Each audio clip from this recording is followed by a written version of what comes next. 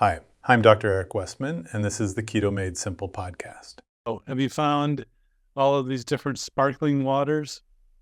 This one, is Waterloo, black cherry flavor. I'm afraid I grew up with that sweet element and like this one particularly, but there are several other brands out there. And, when I'm seeing people in the clinic these days, there's a lot of habit eating I'm finding that people are, do you remember those days when you would just come home from work and, you'd have a piece of cheese or you'd have something kind of just out of habit, when there's really no need for you to eat at that moment, at that time. So a lot of the substitutions I do for the habit eating, go for a walk, go do something else, or have something that has no carbs or calories, but has some kind of flavor. So this is kind of a substitution for me when, I could be noshing on popcorn or cheese or whatever, but you might switch to a no calorie, no carb sparkling water or soda like that. Yeah, Zevia is available in our area, in our grocery stores in North Carolina. And then Diet Gingerly is one that I've seen as well. In fact, the name brand Diet Ginger Ales, I find to be pretty tasty, the Schweppes or Canada Dry. But so if you still are in that kind of search for habit drinking, something that has no carbs or calories or habit substitute for habit eating, try a sparkling water and see if that doesn't help. Well, so in the clinic lately, it's interesting. I'm getting more and more people who've done keto diets, the internet keto versions, and then correcting and then getting success. In fact, someone wrote me a card, like a little thank you card in the mail with my name, to the clinic. It basically just said, thank you, Dr. Westman, for setting me straight on getting me corrected on my course. And I was just wondering how often maybe I should be sending my doctor a card after every visit. I'm just not in that habit. Do you normally send doctors a thank you card for what they're supposed to be doing? So anyway, that was kind of nice. The last card I got was from a couple who were trying to get pregnant, and she had PCOS. And so every year now I get a card with the couple and the baby that's growing, and they remind me, thank you for helping, because the diet fixed the PCOS and she became fertile as a result of it. But so, you don't have to send me cards of thank you. This is just fine. But more and more, I'm getting people who have been in the KMS class or followed the teaching. So today, the conversation went like this. I'm still wearing a mask, although Duke now today opened up the idea that we didn't have to wear masks in the clinic. Kind of a big deal here. I'm not sure if other major medical centers have done that, but Duke did. So the conversation went, Dr. Westman, I feel like I know you because I've watched all your videos, and I'm here with my mask on, and I'm like, well, great, hello, And so one of my screens for stalkers is, well, do you know the name of my firstborn child? And actually, if you'd been on one of the low-carb cruises that Laura was on, you would know that. But, most people don't know. I don't talk about that in my YouTube videos.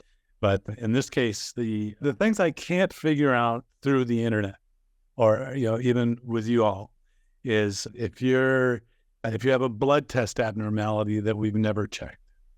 So, for example, in this case, there was never any thyroid level checked. And as you've heard from Amy, it's not just the TSH level. You have to check all of these other thyroid levels. And even then, I'll be asking people to check their morning temperature.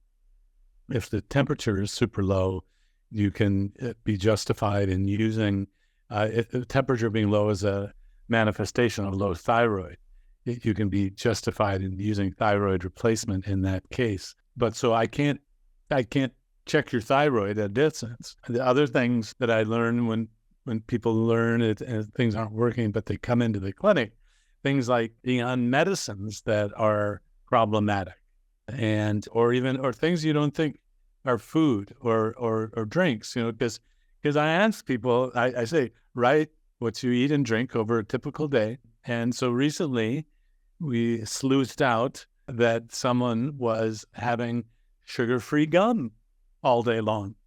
And the brand doesn't matter. It could be, I think it was Mentos or Trident. I don't know which one. And so if you watch my white coat video, again, it's worth taking a refresher course, watching the ALA or the Afterlife Academy courses and do it just as a refresher. Because in that video online, I talk about the Tic Tac man who didn't say he was using Tic Tacs. But when he got out of the chair in the teaching class, and I heard in the clinic room, and I heard his in his pocket, I knew that he was having a Tic Tac, and he didn't tell me. So recently, sugar-free gum, figured out that this is one of the issues that stalled someone and might have possibly stalled another. Being on other medications like Flonase nasal spray and Durham, it's been a heavily pollinated season here, I think up and down the east coast of the U.S. And so out come the Flonase nasal sprays, and doctors prescribe it like candy because it works so well. But the downside is it can slow down weight loss or even cause you to gain weight in some cases. Things like histories, well, it's often helpful to know, for example, if you grew up heavy.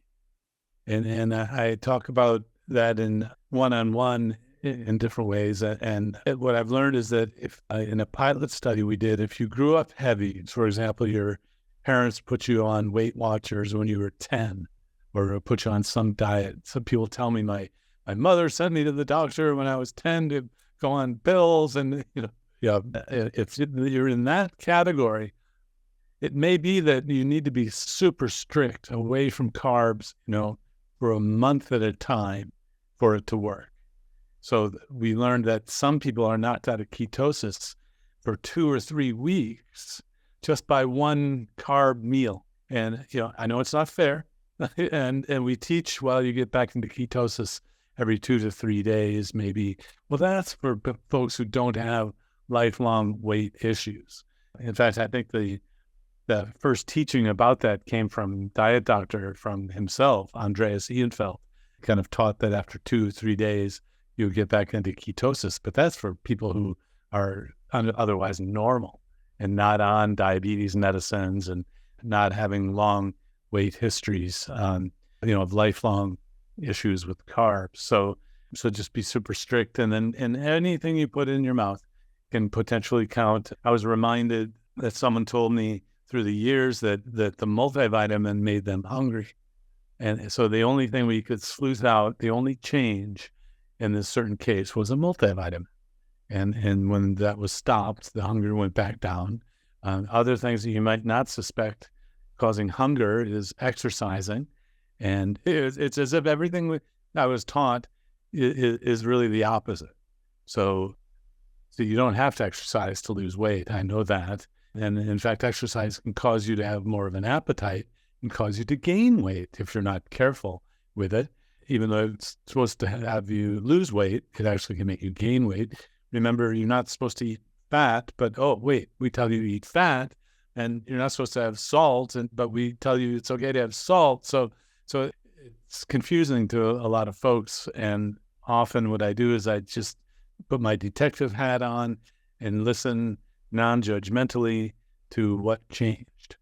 And sometimes it's the sugar-free gum, sometimes it's the multivitamin, sometimes it's the Flonase nasal spray, sometimes it's the increase in exercise that causes a stall. It's kind of fascinating to try to troubleshoot things one by one instead of saying, well, they say. And I've become the doctor I said I never would become, which is the doctor that says any drug can do anything. And I remember this one doctor in training. Looking back, I had great training in some areas it was very research-oriented people, but also in some areas with very clinical-oriented people. So I had, looking back, kind of a balanced training. And now I think any drug can pretty much cause anything. And the only way to know if it's the drug causing it is to have a trial off of it. And, if it's for a medical issue, you want to do that in a monitored way. But I suppose now that I'm kind of thinking everything through, is it possible that thyroid medicine causes you to gain weight? Oh my goodness. I'm having to rethink, lots of different things. I haven't found that to be true yet, but it's entirely possible if it caused thyroid resistance of some kind. But anyway, I guess that my start here was there are things that I've learned by teaching folks on the internet. And then there are things I've learned about the limitations of internet teaching by having you all or people like you end up in my office, and we're trying to troubleshoot why our generic teaching didn't work. And there are lots of different nuances to figure out. And, it kind of makes me wonder about the future of medicine. The younger doctors now are getting, comfortable with telemedicine and taking care of people over the internet. And I guess this is common for old doctors to say that, the new medicine is never going to be as good because, we're using computers now, or it's all on medicine. It's all on YouTube and Zoom, and you can't physically check someone, but along those lines, Dr. Tro Kalayjian, the low-carb MD podcast, and now he's I think successfully scaling up a national, a U.S.-based practice that is very interesting. He's hiring other doctors to be licensed in other states to help grow his practice. But of course, like Virta Health and the low-carb MD, it's all remote. So, they count on local doctors to be able to fill in with either blood tests or physical examinations. And, I think all of this means that you're not going to be, you just can't be as thorough as actually seeing someone. Even as someone walks in the room, I start doing my physical exam. If someone's limping on one side or although for a couple of years we diagnosed and talked to people and I don't think I looked into a mouth for a couple of years because of the masks. So, unless if someone had an obvious sore throat or something, you'd take the mask off and look. But anyway, again, I'm just talking through the limitations of internet, even in our circumstance, trying to help you through the digital medium. Sometimes we may ask you to write out and send us the information to look over, or talk to you on the side, or have you go to a local doctor for follow-up if things aren't going as we might expect.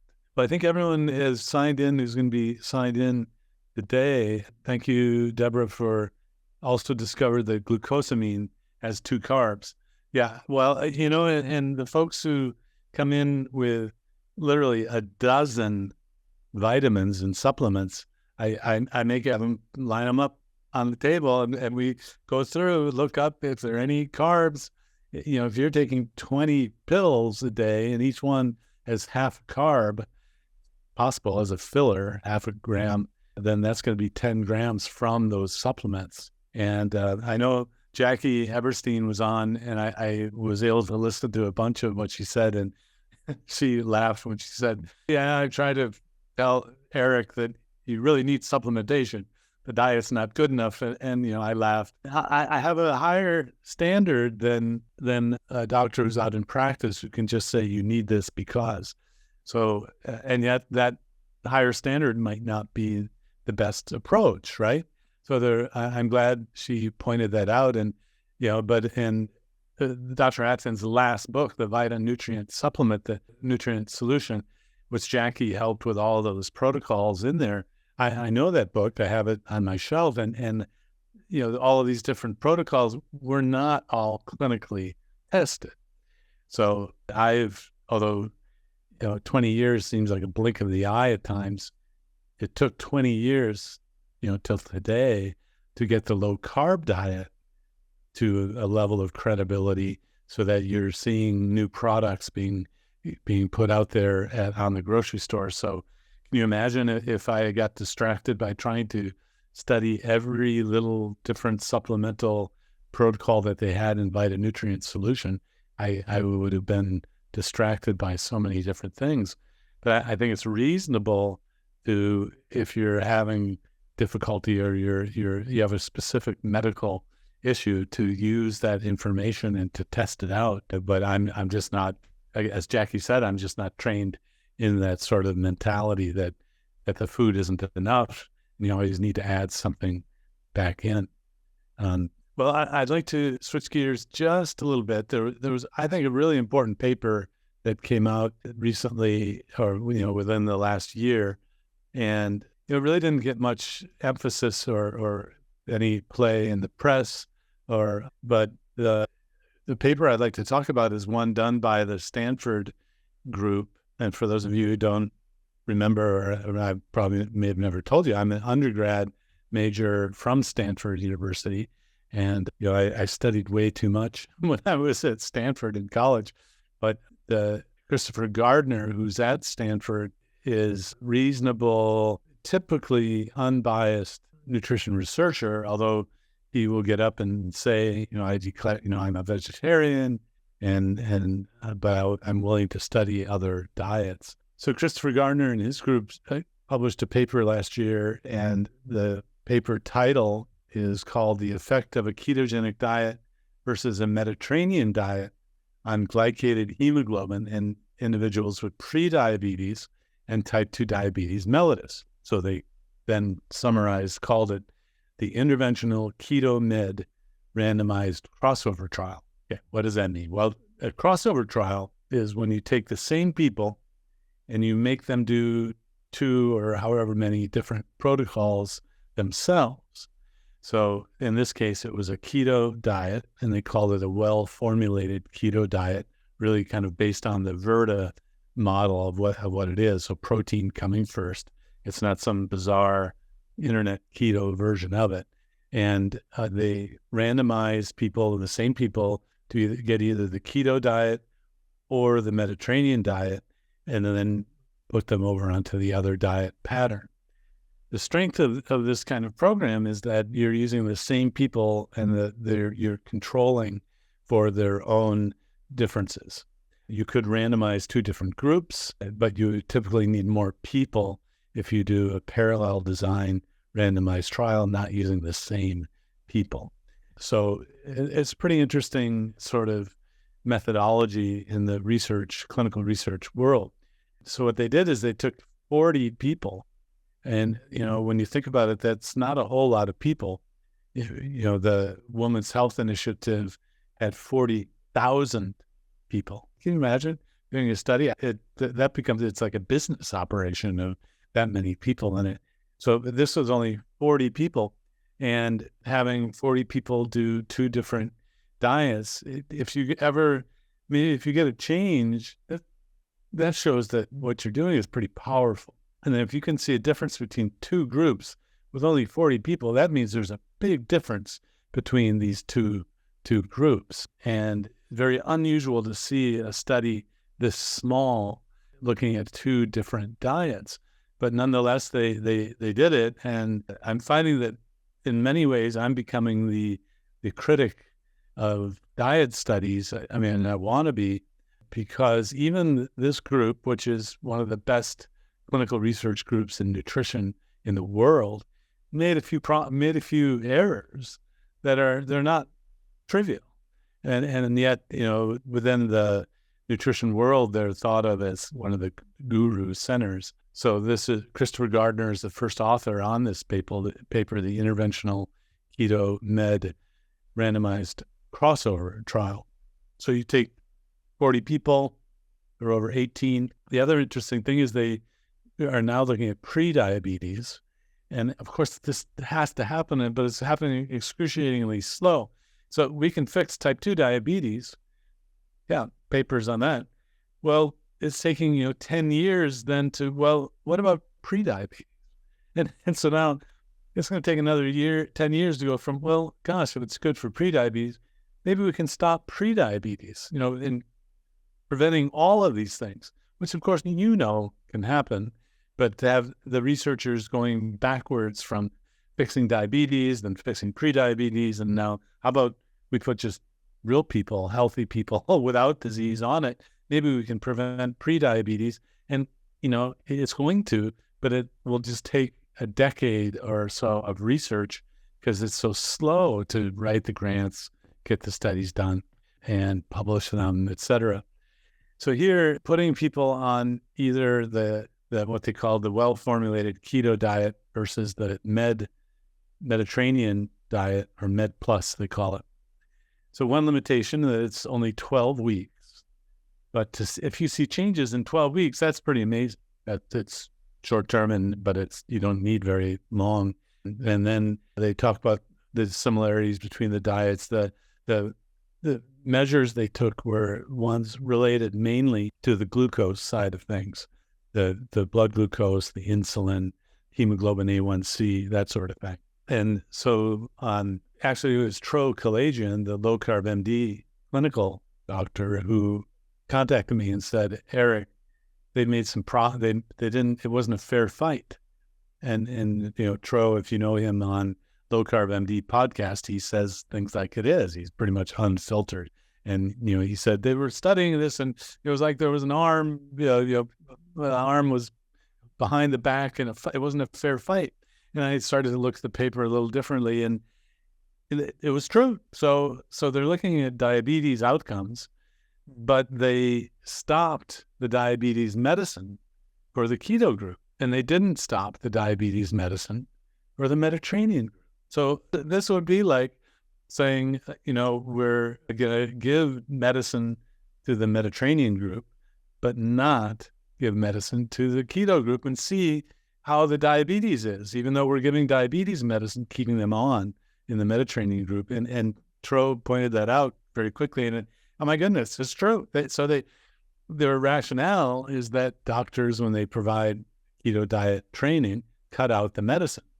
Doctors, when they do Mediterranean diet training, don't cut out the medicine. Well, so that's blurring the clinical use of a program with a research study. So basically, that it wasn't a fair fight to begin with. Another key thing that they missed on, which is, in my mind, an egregious error, is there was no washout period between the groups, so that you didn't let people return to baseline. And that's a key element in any sort of well-done crossover trial. We wrote a letter to the editor with our critiques, and I pulled it up just a moment ago, but their response to the letter to the editor is behind a paywall, and I'm at home and I don't have it downloaded, so I'm not going to go into the letters, and that's important. I didn't realize that the paper itself is free. I can get it free. Our letter to the editor is free, but their response to our letter to the editor is behind a paywall. So, $30 or something for the article. So not many people are going to pay the money to read that. And that's kind of sad.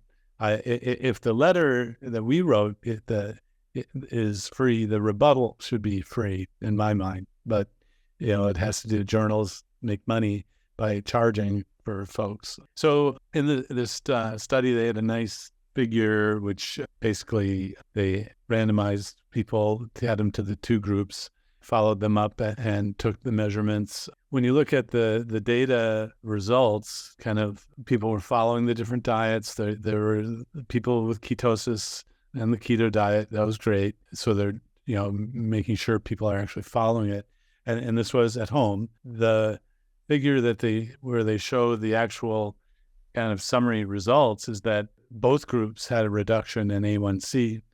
Both groups had a reduction in glucose. Both groups had a reduction in insulin, and the point estimate was such that the keto diet, the insulin reduction, was statistically significant. It wasn't statistically significant for the Mediterranean diet. So if you're going to look at this at each diet independently, you're going to say, wow, that keto diet had a reduction in insulin. But what they did is they focused on comparing the two groups. So there wasn't a difference between the two groups because both had a reduction, but the point estimate and the amount of insulin reduction, even though they were taken off medicine, was better for the keto diet, which is what we would suspect. And even with only 40 people as a total number, it's pretty amazing to see this kind of difference. Of course, that wasn't highlighted in their summary. And even so, I guess what I'm trying to say, it's great that the Gardner group at Stanford is studying this. 2022, our first low carb diet was published in 2002, and reflecting on 20 years of this kind of research, it's just painfully slow, but it's a good sign that they're finally studying it. And then, it's always interesting to see how things are summarized. And the one way is to go to the abstract to see what the conclusions are. You can also go to the discussion. And I find that a lot of researchers even just kind of stick to the abstracts, partly because they're behind paywalls. But so here the conclusions were the hemoglobin A1C values, so the measure of glucose over 3 months, but it was only a 12-week. So the average is kind of like a moving average. To see changes here means there is a good change in blood glucose. The hemoglobin A1C values were not different between diet phases after 12 weeks, but improved from baseline on both diets.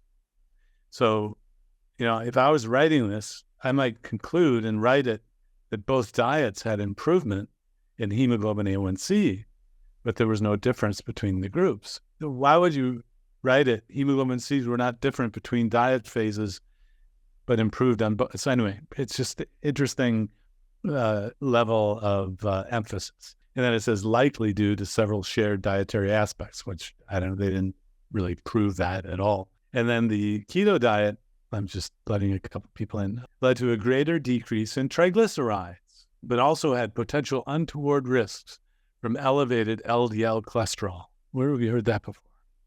And lower nutrient intakes from avoiding legumes, fruits, and whole intact grains, as well as being less sustainable. Well, the conclusions here are not the ones I would have written had I had an unbiased view of this. To me, avoiding legumes and fruit is not unhealthy by any means, but this is just their bias. And the idea that the LDL cholesterol is bad when the triglyceride goes down and the HDL goes up is the old paradigm rearing its ugly head. And if you go to the figure, actually, it's interesting. They put that in the abstract because the LDL change was not statistically significant from baseline, but it was statistically different between the groups.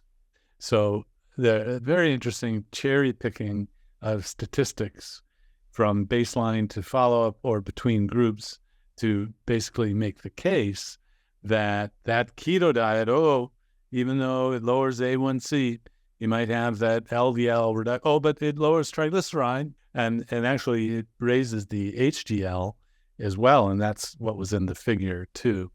So it would have been nice to see a summary measure of triglyceride HDL together, ratio. That's a valid measurement to do, but they didn't do it. And it would have been nice to see the size of the LDL. This is 2022. We've been talking about small LDL since 2010 in the clinical setting. So again, you're trusting a clinical research group that led by a PhD, that's Chris Gardner, to incorporate new science and studying a new methodology, actually without consulting someone like Yancey, my colleague at Duke, or Westman, that's me at Duke, and trying to kind of just go it alone. And so on the one hand, it's great that they're finally raising the level of science and study of it. The problem is it was not a fair fight. The insulin went down a little more, but it wasn't statistically different, perhaps because they cut out the medicines on those folks. We actually asked for an analysis of that, and it was true that if you cut out the people who didn't have a change in the pills, the change in insulin was better for the keto diet than the Mediterranean diet. So anyway, they're again trying to, I don't know, take pot shots against an approach that actually has been around a long time, as you know, and good news recently. So this was not, the best I could tell, it was not a study through NIH specifically. It didn't go through a study section. And that's important because we're not going to get large studies and kind of infiltration into the governmental research until there are NIH groups doing this. And it looked like they cobbled together some research gifts and other NIH money that wasn't specifically earmarked for this. I learned at a recent meeting, though, that there are a couple programs now getting NIH funded to study keto diets, not for diabetes, but for things like childhood fatty liver. So the good news is they're actually studying keto diet. The bad news is they set up an unfair fight and then minimized the improvements and then said there was a detraction because the LDL went up. That reminds me of the paper in 1980 by John LaRosa that had everyone lose weight and the triglycerides went down, but the LDL went up in 1980. There were only 28 people in that study, and it was the final nail in the coffin that stopped research on low-carb diets. 1980. And the next paper published was Westman and Volek the same year, 2002. So for 20 years, there was no research. And now here, 20 years after our first study, they're using the old LDL detraction when the new guidelines, actually by cardiologists, include things like small LDL and include things like triglyceride reduction and coronary artery calcium scores. So it's really interesting to see the cutting edge scientists have no understanding of what's being used, the nutrition scientists in the cardiology clinical world. So interestingly, the fourth reference in this paper, the Gardner paper, was Yancey et al. That was our paper, 2004, Annals of Internal Medicine. And I wonder if they cited our diabetes paper. Let's see. That one was actually I was the first author on that one. And I don't think they did. Yeah. So anyway, good news and the bad news. In public, Chris Gardner says basically things like there are a lot of ways to go about this. Keto diets, if you're monitoring things, sure, they're okay. But in this kind of write-up, it still is kind of using these old school detractions. So in the clinic, what I say is, well, the old way to look at a lipid profile is to focus on the total and LDL cholesterol. Your doctors may do that. The new way to look at cholesterol is to look at the triglyceride and HDL. And often, even though the old way looks worse, the new way looks better. Actually, in almost all the cases, the triglyceride goes down and the HDL goes up, which, using the modern terminology, is called metabolic syndrome. And that is as important or even more important than looking just at the total and LDL cholesterol. And yeah, I'm still getting people worried about that. In the last couple of weeks, someone came, was local, had worked at Duke, been on keto diet for 5 years, and was worried about the LDL cholesterol that the other doctor was up in arms about and wanted to put this person on medication. I pull up the labs. The HDL was 90 milligrams per deciliter, which is twice the upper limit of normal, and is actually a negative risk factor for, which is now, interestingly, that negative risk factor idea has been taken off our lab test reports. So you might not even know that anymore. But an LDL, doesn't matter what the LDL is if your HDL is 90 or 100. That's, of course, you've heard me probably speak about actually measuring the arterial, the wall, the arteries themselves. You can get these tests now that are relatively inexpensive to know whether or not you have the disease rather than be treated for something you're assumed to have. And it, the language there, it occurred to me recently when talking to someone, would you be put on a chemotherapy if someone hadn't diagnosed you with cancer? A tissue diagnosis, actually. So what is required for medical care these days is you wouldn't get an operation or a chemotherapy for cancer until you actually had a diagnosis, having a biopsy proven. And that's because cancer is a very terrible disease, and the treatments are not benign. The treatments can often be very harsh. But what a generation of doctors have agreed to do is to assume you have or will have atherosclerosis based on a blood test, and then treat you with a pill for a blood test for a disease you may or may not have. So how crazy is this?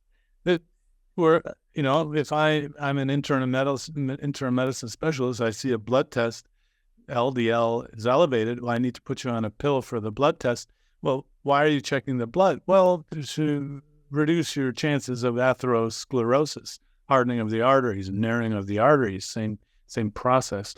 And then you ask, well, do I have the disease? And they'll hem and haw and say, well, you probably do, or you're an American, so you probably will. And you wouldn't say that if it was cancer. You'd say, doctor, you're treating me for cancer, and you haven't even looked to see if I have it. So, doctor, you're treating me for atherosclerosis, narrowing of the arteries, or it's all the same process, and you don't even know if I have it. How crazy is this? Well, the guidelines say that everyone gets it, and these pills are so squeaky clean. So anyway, don't get treatment for something that you don't even know you have. That's kind of crazy, isn't it? I appreciate some feedback on that logic, because that defies what just about every internist and family medicine doctor does in the U.S. these days. They check a blood test and then put you on a pill, assuming you have the disease. To me, it's just become kind of crazy. So with that, I wanted to go over that paper, and also update that I'm in the galley proof stage. They still exist, where a chapter in a textbook on keto diets, which will be published later this year. Dr. Will Yancey and I have a chapter in the book on the use of keto diets for diabetes reversal and for weight loss. And in there, in our section, Amber O'Hearn has a side chapter on the carnivore diet and whether it's nutritionally adequate. And then she actually has another chapter or subchapter on the difference between nutrition from vegetables and nutrition from animal sources. And it's fascinating because I don't really emphasize this, because I kind of bought into the idea of not eating much vegetables and having an almost keto diet all the time, low carb at least. But it turns out that vegetables have these things that block absorption of nutrients. Anyway, she goes into great detail about if you're getting animal source foods versus plant-based foods. If you only have plant-based foods, you may not be getting all the nutrients, and then you may be actually blocking nutrients that you need, which is an interesting concept in the argument of whether you should be plant-based or meat-based, animal-based, or a combination of the two. So this textbook is pretty far-reaching and getting into the potential use of a keto diet for brain health and other issues like cancer, things like that. And, again, the pace of research is so slow. I don't know of any clinical trial in cancer or Alzheimer's or with definitive results yet. Of course, I would be happy to teach someone with those diseases without a guarantee that it's going to work. But if they wanted to use a keto diet for those problems, I would teach them with the understanding that I can't guarantee it's going to help. But so I'm looking forward to this textbook coming out. My other academic work, been asked to be a editor of add-on editor for the Frontiers in Nutrition journal. So I'm not actively writing grants and getting research done that way, but helping to foster the field to get fair peer reviews and to get information out there. And I guess I'm trying to be an umpire or referee for the work done by other groups on a keto diet, like the Stanford group. And I guess other happenings at Duke, Will Yancey was named interim division chief at Duke. If you're not familiar with the medical hierarchy or of academia, basically there are departments and then divisions, and the big difference, surgery versus the non-surgery fields. And so in the Department of Medicine, there's a subgroup of doctors called general internal medicine, and that's my group that I trained with. We're kind of known as the critics, the reviewers of other, and the teachers. So general medicine is my field. And if you get to the division chief level at a place like Duke, that's a big deal. There's not a whole lot of you're getting up to this pyramid where there are not a whole lot of people at that level, meaning you're going to go to meetings where other division chiefs will be, and you can have influence, even like bringing in keto diets into a clinical setting, because you're in charge of now the movement of people in different areas. So that's exciting to see. Being interim chief doesn't mean he's going to be chief, but I think he's going to be interviewed for that job, for that position, which would be pretty exciting. I don't know of any keto-friendly department chair of internal medicine. I mean, usually you don't declare yourself that way. As a department chair level, usually you have a huge track record of research funding that supports your position there. And anyway, that's kind of what's going on at Duke. I'm in the Division of General Medicine, and renamed our clinic the Keto Medicine Clinic a couple of years ago, which is kind of interesting. There will be people referred to the clinic, and then when they're in the office, they go, "Oh, I didn't realize this was the Keto Medicine Clinic."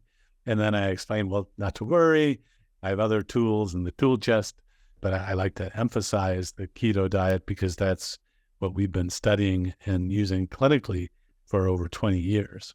And I think the argument, this is probably a paper I need to write at some point, the argument or rationale for a keto medicine clinic is that it's an entirely different metabolism. So you're a fat burning metabolism. And I'm coming to think now that fat burning is really, so if you don't eat for 2 days, you go into a fat burning state called nutritional ketosis. And, if you had a low energy state in a computer, let's say you're designing a machine that is running low on energy. I mean, my computer says to me, I'm low on energy. Do you want to go into the safe mode or low energy mode? And I'll click yes. So if you're designing a system or evolutionarily protecting a system or promoting the ongoing availability of a certain system, if you don't eat for a few days, you're in an energy crisis mode. You're drawing upon your own fat cells, and it's almost like you're going into a safe mode. So I expect that now, with this sort of huge overview, that I expect we're going to find efficiencies, not deficiencies, efficiencies that happen under a keto sort of metabolism, because you don't have the availability, or over availability of these other nutrients and resources. So we may actually find that there's overuse or misuse if you have too much energy and all these different carbs, where you'll be fixing that by going into nutritional ketosis or not eating carbs.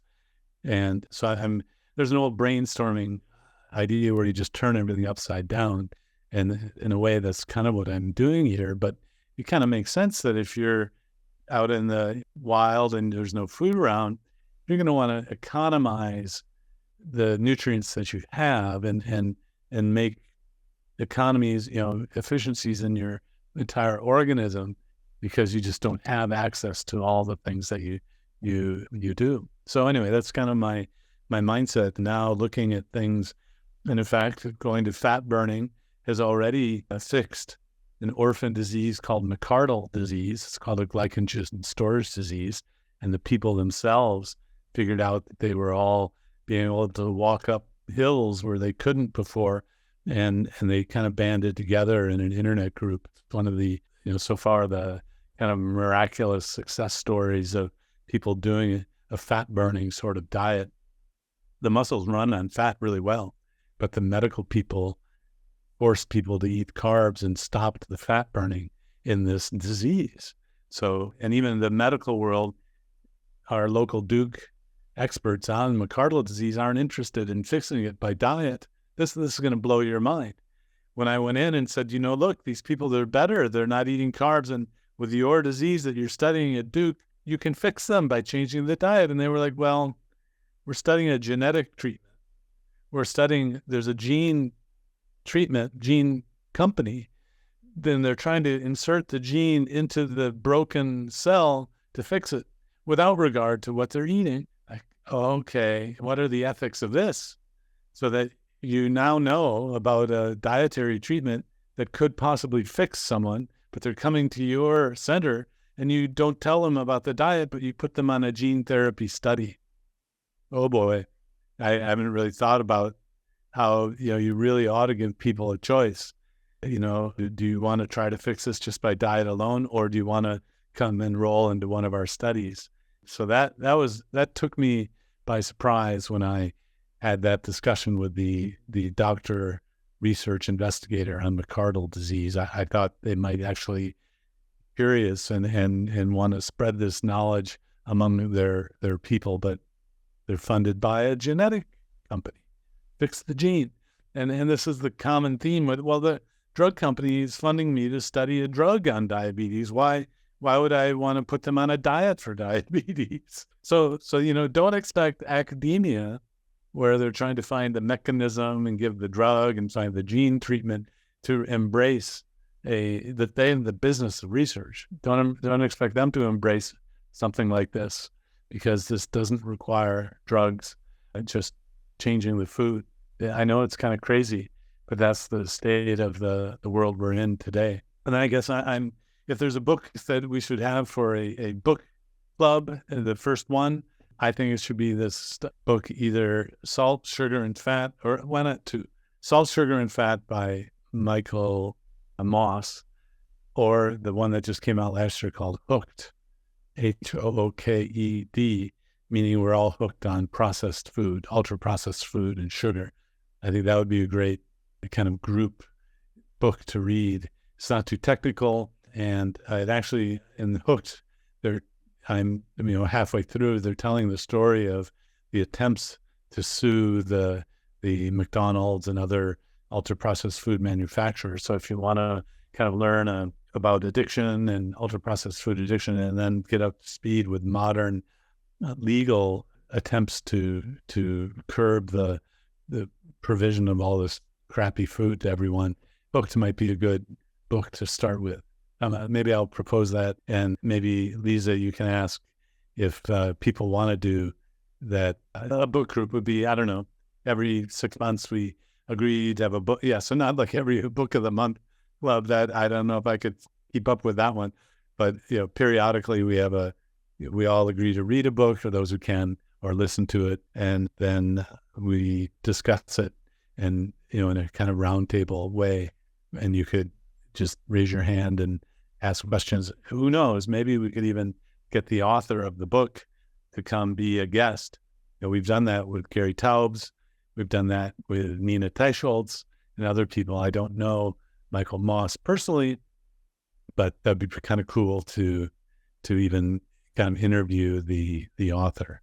So look up Hooked, Michael Moss, or if you haven't looked at Salt, Sugar, Fat, that's really sort of the expose by Michael Moss of how the food industry has manipulated our tastes and cravings, and basically, got into our reward pathway so that you can't stop eating that Lay's potato chip or Doritos or whatever it is. And interestingly, you don't see them marketing the drugs or diet that way. You don't see Lay's saying, "Bet you can't eat just one" anymore. That would be like, Winston cigarettes saying, "Bet you can't smoke just one." I mean, we kind of understand that would be, unethical to do that. But if you've ever, looked at a food on a billboard or a cigarette on a billboard and had a tug toward it, or an alcoholic drink, That's what the industry is preying upon, Preying. And anyway, so there are lots of ideas. We could go geeky down a study like this one, or read a more popular book that actually you might be able to take action on. Getting involved with Nina Teicholz at the Nutrition Coalition, for example, is something I would highly recommend, or at least be aware of it, join it. Well, I've kind of finished my monologue. Any questions?